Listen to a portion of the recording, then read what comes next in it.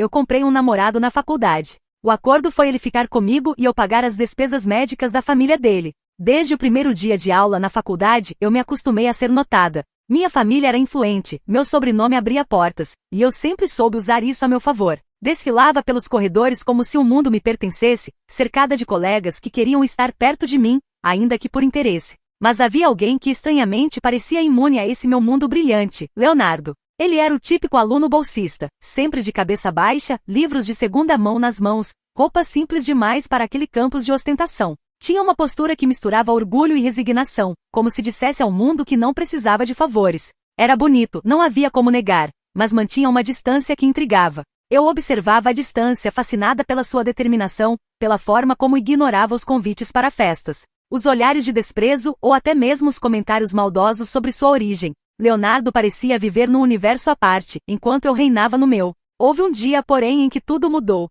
Meu pai estava em casa, furioso com as contas do hospital da mãe de Leonardo, que eu havia descoberto por acaso. O sistema de saúde público era cruel, e eles estavam atolados em dívidas. Foi aí que uma ideia insidiosa se formou na minha mente, uma forma de tê-lo perto, de trazê-lo para meu mundo, mesmo que fosse de forma egoísta. Na semana seguinte, me aproximei dele no intervalo, como se fosse a coisa mais natural do mundo. Lembro até hoje da expressão no rosto dele: confusão, surpresa e, por fim, desconfiança. Expliquei meu projeto. Eu ajudaria a custear as despesas médicas da família dele, quitando as dívidas e oferecendo uma ajuda mensal, e em troca, ele estaria ao meu lado. Não como amigo, mas como namorado. Ele ficou em silêncio por um momento que pareceu eterno. Senti meu estômago revirar de ansiedade, como se aquela fosse a aposta mais alta que eu já tinha feito.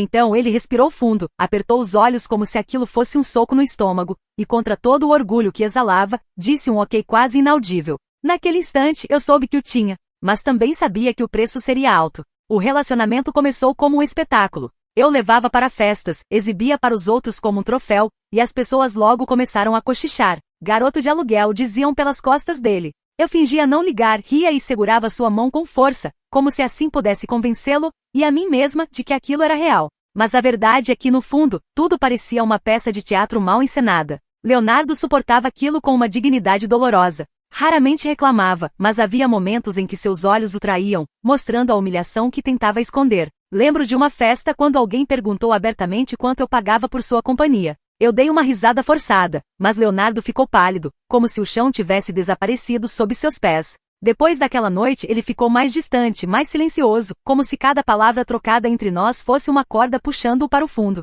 Eu, por outro lado, não sabia o que fazer com meus sentimentos. Queria acreditar que ele gostava de mim, que o dinheiro era apenas um detalhe, mas tudo ao redor gritava ao contrário. E aos poucos, o fardo do meu próprio egoísmo começou a pesar. Naquela época eu não sabia, ou não queria saber, que estava transformando um homem em uma sombra de si mesmo. Estava cega pela vaidade, pela sensação de poder, sem perceber que a cada dia destruía um pedaço dele, e de mim. Eu costumava pensar que o mundo girava em torno da minha vontade.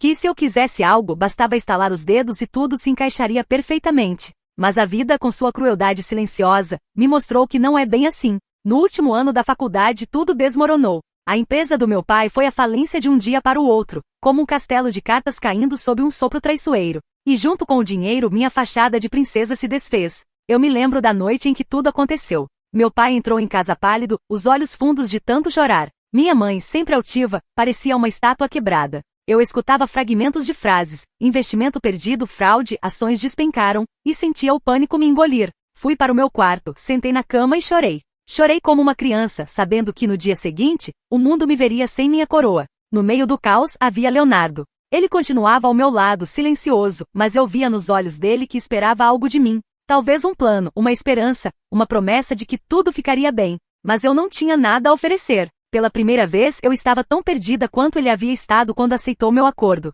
A verdade cruel é que ao perceber que eu não tinha mais como sustentá-lo, algo dentro de mim se partiu. Eu não suportava a ideia de vê-lo olhar para mim com pena. Não queria ser vista como a mulher que caiu do trono. Então, sem aviso, sem explicações, eu terminei tudo. Liguei para ele numa tarde qualquer com a voz fria e disse que não dava mais. Falei que não podíamos continuar, que ele merecia alguém melhor, alguém que não estivesse afundando em dívidas e vergonha. Eu disse isso sem conseguir respirar, com as mãos tremendo, mas sem derramar uma lágrima na frente dele. Ele ficou em silêncio. Do outro lado da linha, ouvi apenas sua respiração pesada, como se tivesse levado um soco no peito. Tentei acreditar que ele entenderia, que me perdoaria, mas eu sabia que aquilo era mentira. Quando desliguei, senti um vazio tão grande que quase me engoliu. Mas não voltei atrás. Eu precisava desaparecer. Deixei a faculdade pouco depois, sem me despedir de ninguém. Sumir parecia a única solução. E Leonardo, bem, ele ficou para trás com todas as perguntas não respondidas, com toda a dor que eu causei. Nunca soube como ele reagiu.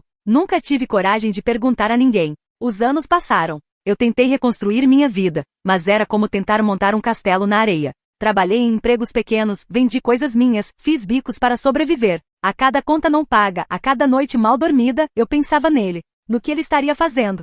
Se havia me esquecido ou se ainda me odiava. Enquanto eu caía, ele subia. Ouvi falar, aqui e ali, de seu sucesso. Um aplicativo, uma empresa de tecnologia, investidores. O garoto bolsista que eu humilhei se tornava um nome no mercado, enquanto eu servia mesas em um bar qualquer. E eu, que sempre acreditei ser superior, me tornei uma sombra do que fui. O pior era saber que eu o havia empurrado para longe quando ele mais precisou de mim. E agora, mesmo se quisesse, era tarde demais para consertar qualquer coisa. O tempo havia passado, as feridas haviam cicatrizado. Ou pelo menos era o que eu pensava. Mal sabia eu que o destino ainda tinha planos para nós dois.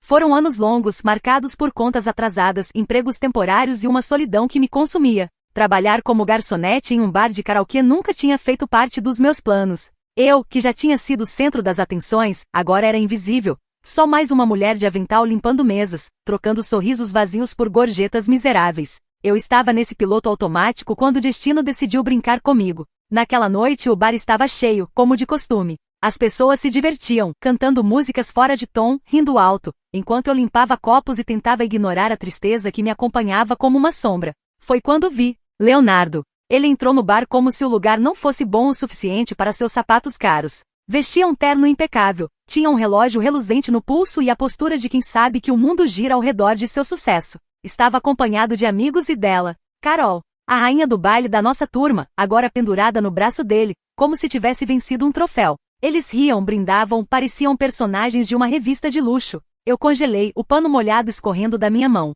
Quando nossos olhos se encontraram, meu coração pareceu parar. Leonardo me olhou como se estivesse vendo um fantasma. E por um instante pensei que ele desviaria o olhar, me ignoraria como se eu fosse uma lembrança apagada. Mas não. Ele manteve o olhar frio, penetrante, como uma lâmina afiada atravessando minha pele. Eu engoli seco e tentei continuar trabalhando, como se nada estivesse acontecendo, mas minhas mãos tremiam, e cada passo parecia pesado demais. Ele não disse nada naquela noite. Ficou me observando de longe, como um caçador esperando o momento certo. E eu sabia que mais cedo ou mais tarde ele falaria comigo. E o momento chegou dias depois. Eu estava saindo do bar, cansada, com a bolsa caindo aos pedaços, quando ouvi sua voz. Ele estava ali, encostado em seu carro importado, como se o mundo fosse seu playground. A forma como ele disse meu nome foi ao mesmo tempo doce e cruel. Maia. Minhas pernas ficaram bombas. Respirei fundo e tentei manter a dignidade, mas ele parecia se divertir com meu desconforto. Conversamos, ou melhor, ele me questionou com aquele tom de voz controlado como se estivesse me estudando.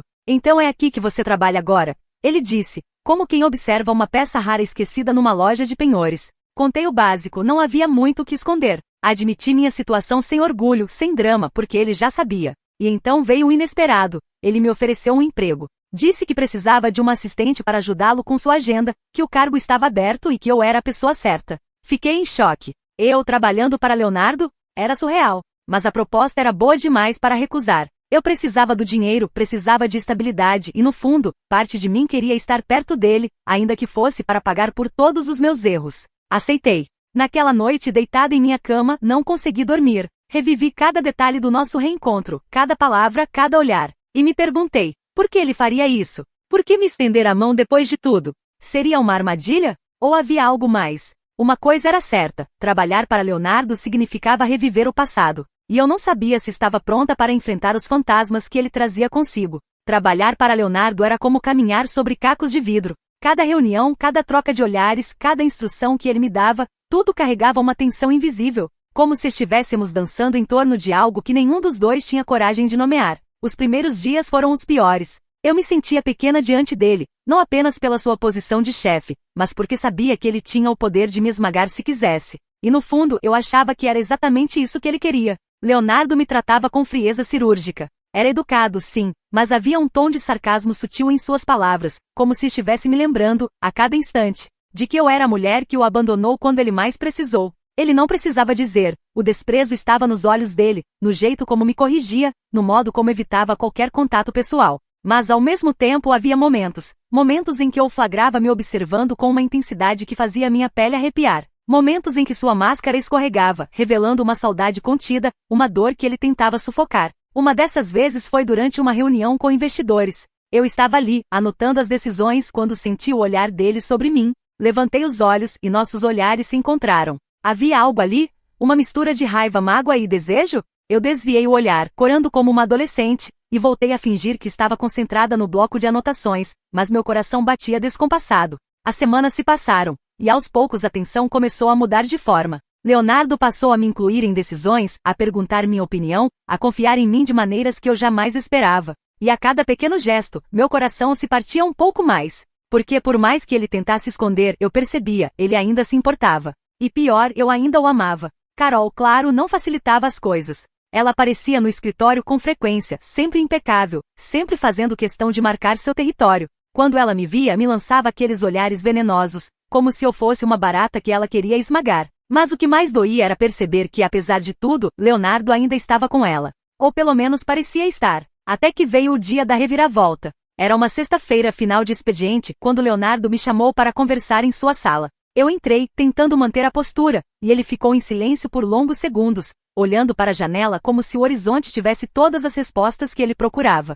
Finalmente ele se virou para mim com os olhos sombrios, e disse algo que me deixou sem ar. Terminei com a Carol. Eu o encarei, sem saber como reagir. As palavras pareciam irreais, como se ele tivesse dito algo impossível, como o sol não vai mais nascer amanhã. E então ele continuou com a voz baixa, quase um sussurro, porque eu nunca consegui esquecer você. Senti meu corpo inteiro estremecer. As lágrimas ameaçaram transbordar, mas eu a segurei com todas as forças. Ele se aproximou devagar, como se tivesse medo de me assustar, e colocou a mão sobre a minha. Foi a primeira vez, desde que eu o reencontrei, que senti o toque dele. Era como se o tempo tivesse parado, como se tudo ao nosso redor tivesse desaparecido. Naquele momento, percebi que o amor que sentíamos nunca tinha ido embora. Tinha apenas sido soterrado por orgulho, mágoa e erros. E ali, naquele gesto simples, entendemos que o passado ainda podia ser perdoado. Mas perdoar não era o mesmo que esquecer. Sabíamos que havia um longo caminho pela frente, que as feridas precisavam cicatrizar. E acima de tudo, que precisávamos aprender a confiar um no outro de novo.